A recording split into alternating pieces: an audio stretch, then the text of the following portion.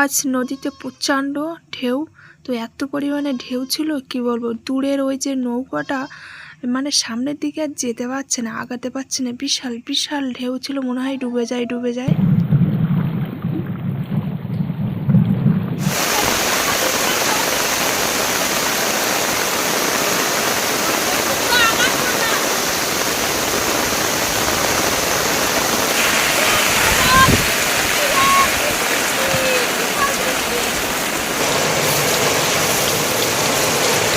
বৃষ্টি আসছে, কি বলবো, বিশাল বৃষ্টি আসছে।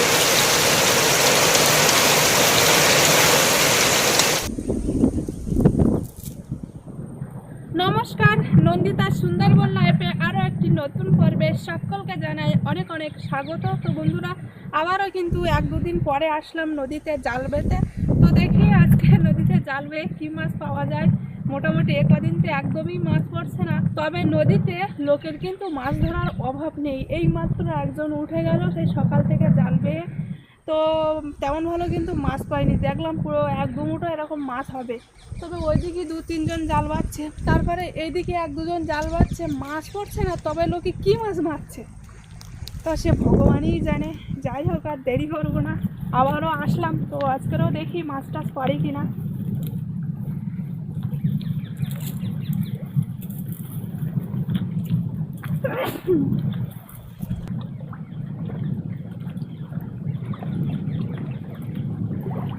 এদিকেও জাল বাচ্ছে, ওইদিকেও জাল বাচ্ছে, এমনকি নৌকা নিয়ে ও পাড়াও জাল বাচ্ছে।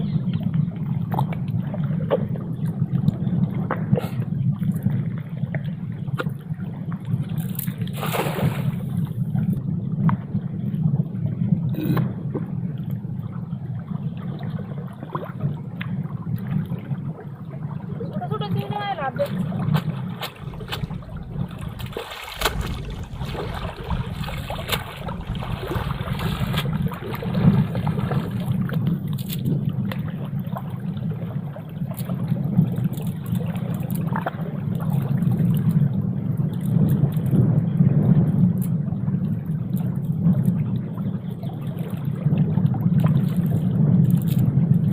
ছোট ছোট চিংড়ি মাছ পড়েছে যে মানে আর নেওয়ার মতো না, একদম একটু একটু সাইজের চিংড়ি মাছ। তাছাড়া প্রথম ঠান্ডাটা ভালোভাবে পড়লো না, একটা কাকশাল মাছের বাচ্চা। আরে এই বড় হোক।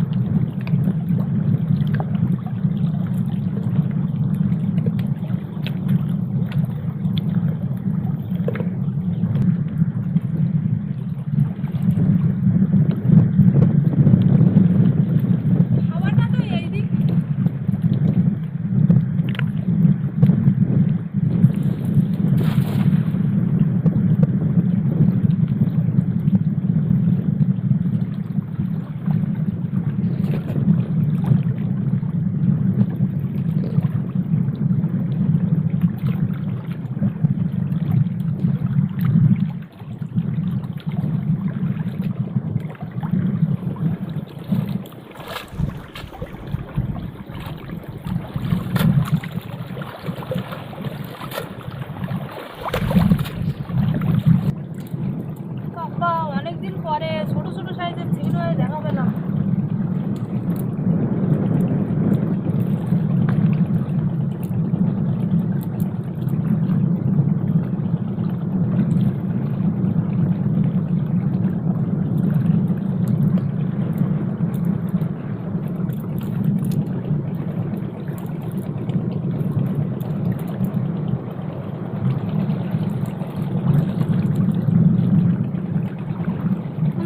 চার পাঁচটা পড়েছে চিংড়ি মাছ, তোমার ছোট ছোট সাইজ তো সেই জন্যই তেমন একটা বোঝা যাচ্ছে না।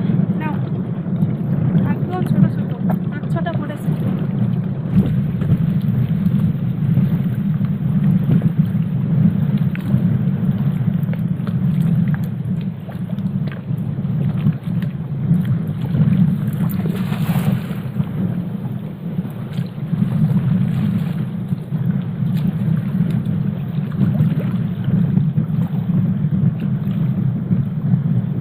নদীতে নামে ওইদিকে তো একদমই মাছ পড়ছিল না, তো সোজা হেঁটে আসে এই খালের উঁকি দিকে মারলাম তো অনেকগুলো চিংড়ি মাছ পড়ে, সাদা মাছ পড়েছে, আর একটা তোমার লাঠা মাছ পড়েছে।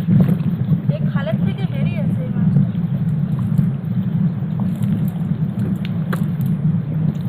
ছোট ছোট চিংড়ি।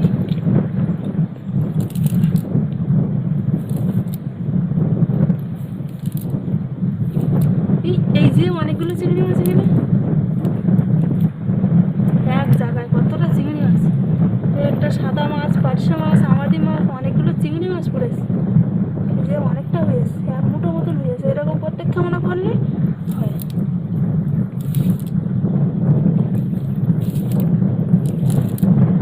আর লাটা মাছটাই চিংড়ি মাছ, ছোট ছোট চিংড়ি অনেক। এই যে লাটা মাছ, নদীতে লাটা মাছ পড়লো। খালের জল ছেড়ে দিয়েছে না, গেট তোলা, খালেরতেই বেরিয়েছে। নদীতে এমনিতেই মাছ পড়ছে না, আর অনেকক্ষণ বাদে বাদে দুটো একটা খেমনে মাছ পড়ছিল। তো নদীতে এত লোক ছিল কি বলবো, মনে হয় বিশালই মাছ পড়ছিল। তো সত্যি এমনি আমাদের আসার পরে কিন্তু দুই একজন আবার নদীতে এসেছিল, আর এইখানে খেমন মেরেছিলাম। তো সামনের দিক থেকে এত পরিমাণে হাওয়া দিচ্ছিল, বিশাল বিশাল হাওয়া দিচ্ছিল, সে কারণে কিন্তু ভয়েস দিচ্ছি। তো এইখানে খেমন মারার পরে কটা আমাদি মাছ পড়েছিল, সাদা সাদা অনেকগুলো আমাদি মাছ পড়েছিল, আর 4-5টা কি 6টা হয়তো চিংড়ি মাছ পড়েছে। তো এই যে জালটা ঝেড়ে, তো আমি বলছিলাম যে আর জাল পাবো না, বাড়িতে যাব, কারণ মাছ পড়ছে না। তা কী আর হবে, দেখো কী পরিমাণে হাওয়া দিচ্ছে। এই হাওয়ার কারণে যে এত পরিমাণে শব্দ হচ্ছে, সে কারণে ভিডিওটা ঠিকঠাকভাবে বানাতেই পারছিলাম না। আর অনেকটাই আমাদি মাছ পড়েছিল এইখানে একটা খেমন মারার পর। আর নদীতে এখন কিন্তু মরানির গুণ, মানে জোয়ার হচ্ছিল, হালকা হালকা জোয়ার হচ্ছিল, সে কারণে কিন্তু এই আমাদি মাছগুলো পড়ছিল। তার পাশে ওই সাইডে একটা খেমন মারলাম, সেখানেও কিন্তু আমাদি মাছ পড়ছিল। আর আজকের সত্যি কথা বলতে নদীতে কিন্তু প্রচণ্ড ঝড় তুফান হচ্ছিল, বিশাল। যেমন ঝড় হচ্ছিল তেমন কিন্তু নদীর জলে বিশাল বিশাল ঢেউ হচ্ছিল। আমরা যখন নদীতে নামছিলাম তখন কিন্তু একটা লোক জাল বেয়ে উঠে বাড়ি যাচ্ছিল, আর বলছিল যে নদীতে মাছ পড়ছে না একদম, যে কটা মাছ পেয়েছে আমাদের দেখিয়েছিল, অল্পই মাছ পেয়েছিল। তো বলছিল তোরা যাচ্ছ যখন যাও, আর কি হবে, এসেছো যখন। তো আমরা শুনে আবার নামলাম, নেমে সত্যি কিন্তু মাছ পড়ছিল না। আর এইখানে যে এক খামনে কতটা আমাদি মাছ পড়েছে, তো সত্যি আমাদি মাছগুলো একটু সাইজ আছে, বেশ বড় বড় সাইজের আমাদি মাছ। তো ওই খাঁড়ির মধ্যে কিন্তু দুটো খেমন মেরেছিলাম, তো এরকম বড় বড় সাইজের আমাদি মাছ পড়েছিল। দুটো খেমনে বেশ ভালো মাছ পড়েছিল, আর চিংড়ি মাছও পড়েছিল। চিংড়ি মাছের সাইজ দেখো, একদম ছোট ছোট সাইজ, মানুষের দেখার মতো না। আর পার্শে মাছও পড়েছিল, টুকটাক করে মাছ পড়ছিল, তবে অনেকক্ষণ পরে পরে, অনেকক্ষণ বাদে বাদে একটা দুটো খেমনে মাছ পড়ছিল। তো এত কষ্ট করে পাঁক কাদা ঠিলে এরকম মাছ পড়লে ভালো লাগে, সে কারণে আমি বলছিলাম বাড়ি যাব, আর থাকবো না। এমনিতে নদীতে প্রচণ্ড ঢেউ আছে, বিশাল ঢেউ। আর দেখো সামনে কি পরিমাণে মেঘ, বিশাল মেঘ। আর এই একটু তোমাদের ওই যে বাঘের জঙ্গল আছে, বাঘের জঙ্গলটা একটু তোমাদের দেখাচ্ছিলাম, যে দেখো কি সুন্দর দেখাচ্ছে। আর বিশাল ঢেউ হচ্ছে, কিন্তু এই ঢেউর মধ্যে আবার অনেকে মাছ ধরছে জলে নেমে, মানে এই কানায় তো মাছ পড়ছে না, অনেকে দূরে দূরে চেলে আবার জালের খাওয়ান মেরে মাছ ধরছে। ওই যে একজন বলছিলাম না যে আমার পাশে দুজন জাল বেঁধে এসেছে, ওই দুজন জাল বাঁধছে। আর দূরে একটা নৌকা ছিল, তো নৌকাটা তোমাদের একটু দেখাবো, যে ঢেউর কারণে সামনের দিকে আর এগোতে পারছে না, মানে যেতে পারছে না, কি পরিমাণে ঢেউ হচ্ছে। নৌকাটায় একটাই লোক আছে, সে বেয়ে বেয়ে যাচ্ছে সামনের দিকে, তবে বিশাল ঢেউ ছিল।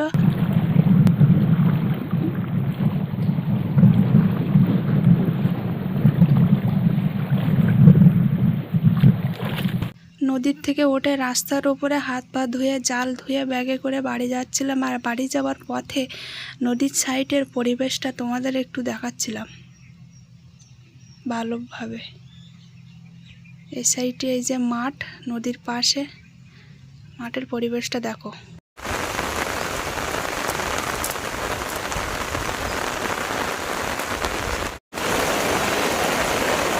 নদীর থেকে তো মাছ ধরে আসলাম, আর নদীতে তো দেখলে তেমন ধরনের মাছও পড়িনি। তো এখন আমাদের দেখো এত পরিমাণে বৃষ্টি হচ্ছে, মানে এক সপ্তাহ কি বলবো, দিন রাত 24 ঘন্টা শুধু বৃষ্টি আর বৃষ্টি।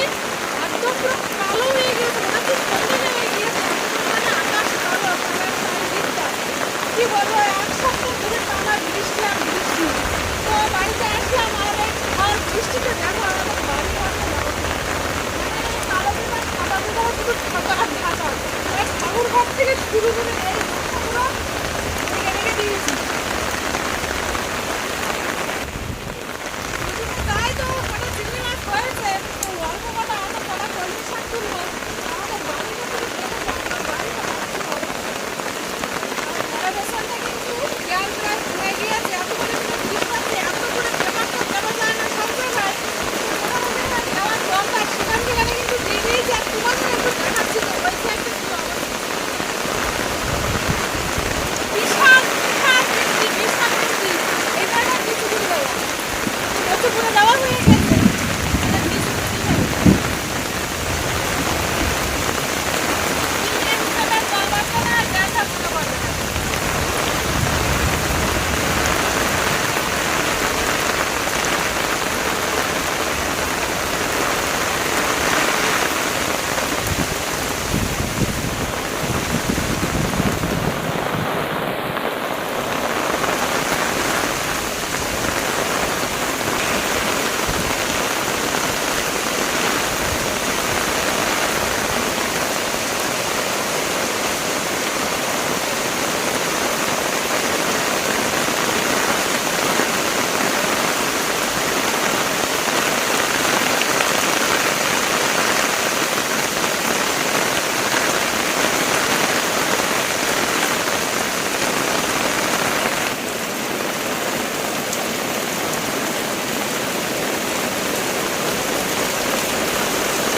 তোমাকে আকাশ ভর্তা হচ্ছে তো?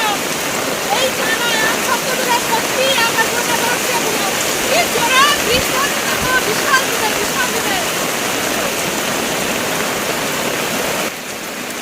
কত বছরের ভিতর আমার ঘরের নিচে থাকতে হবে কিন্তু আমার। বিশাল বৃষ্টি, বিশাল বৃষ্টি। আমাদের ঘরের ভেতরে পুকুর হয়ে গেছে, পুকুর।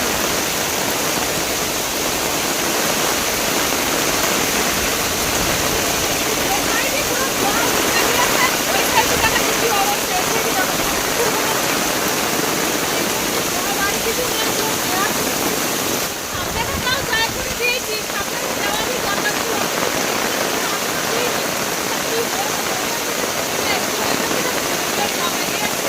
আর এইখান থেকে পুরো ওই দিকটা পুকুর হয়ে গেছে, পুকুর মতো দেখাচ্ছি। আর আমাদের ছাগল ঘরের অবস্থা কি করবো, আর এই সাইডে তো কোনো জায়গা মতো ছিল। সাইডে আমাদের পুকুরটা বেরোতে হবে।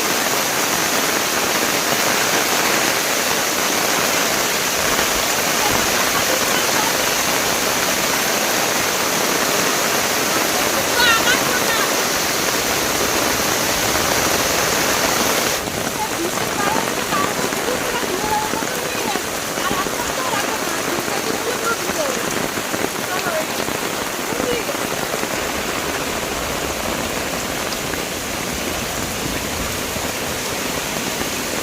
চিংড়ি মাছের অভাবে কিন্তু শাক পাওয়া যাচ্ছে না। তো অল্প কটা চিংড়ি মাছ হয়েছে, নেওয়া হওয়ার মতো। তো যে কটা হয়েছে ও চিংড়ি মাছই আছে, সবজি শাক রান্না করবো।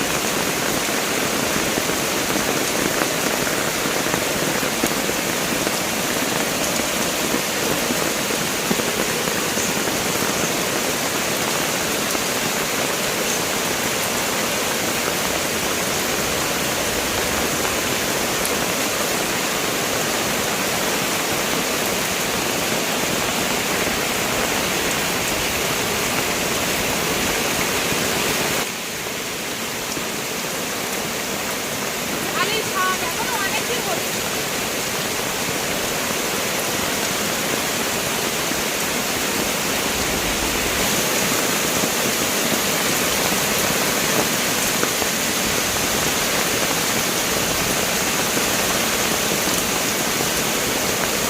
এই যা অল্প করে তুলে নিয়েছি, আর আমাদের মাছ তো অল্প, সেটা তো বেশি কিন্তু তুলিনি। যা তুলেছি অনেকটা তুলেছি। তো চলো, বিশাল বৃষ্টি হচ্ছে কিন্তু একসাথে বারবার করে বিশাল বৃষ্টি। এদিকটা পুরো আকাশ সাদা হয়ে গেছে, চারিদিকটা মাঠের দিকটা পুরো সাদা।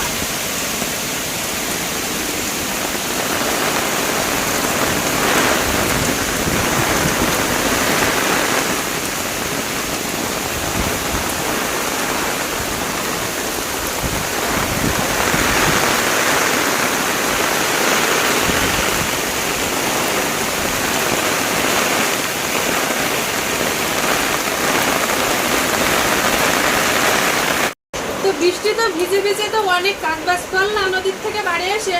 তো আমাদের যে পাখায় রান্না করবো সে পাখার অবস্থাটা তোমাদের দেখাবো। আর সেই যে বৃষ্টি হয়েছে, যা বৃষ্টি হয়েছে তার থেকে প্রচন্ড প্রচন্ড আরো জোরে বৃষ্টি হয়ে গেছে যখন ঘরে আসলাম। বিশাল বৃষ্টি। এখান থেকে জল বেয়ে পুরো পাখায় মধ্যে চলে গিয়েছে, সে কারণে কিন্তু পাখায় আর রান্না করা যাচ্ছে না, গ্যাসেই রান্না করছি। মানে এখান থেকে জল ঢুকে পুরো পাখার পুরো জল ভর্তি হয়ে গিয়েছে, পুরো পাইপের গা দিয়ে জল ভর্তি, তাছাড়া খোলে জল ঢুকে পুরো সাইড দিয়ে জল বেরিয়ে গিয়েছে, এমনকি পাখায়ও ঢুকে গিয়েছে। আর বাইরে কিন্তু বিশাল ঝড় আছে, যেমন ঝড় তেমন বৃষ্টি। আর রান্না বান্না খাওয়া দাওয়া দেখাতে পারবো কিনা জানি না, তো যেটুকু দেখাতে পারছি ওটুকু দেখাচ্ছি, কারণ কারেন্ট তো নেই। আর এমার্জেন্সি লাইট জ্বালাইছি অনেকক্ষণ ধরে, কিন্তু এমার্জেন্সি লাইটটা জ্বলছে। আর কখন যে বন্ধ হয়ে যাবে ঠিক নেই, যদি একবার বন্ধ হয়ে যায় তাহলে তোমাদের রান্না বান্না খাওয়া দাওয়া দেখাতে পারবো না। তো যাই হোক, যদি জ্বলে তাহলে তোমাদের অবশ্যই দেখো। আর বাইরে দেখো বিশাল বৃষ্টি হচ্ছে সারা দিনটা, বিরাট বৃষ্টি।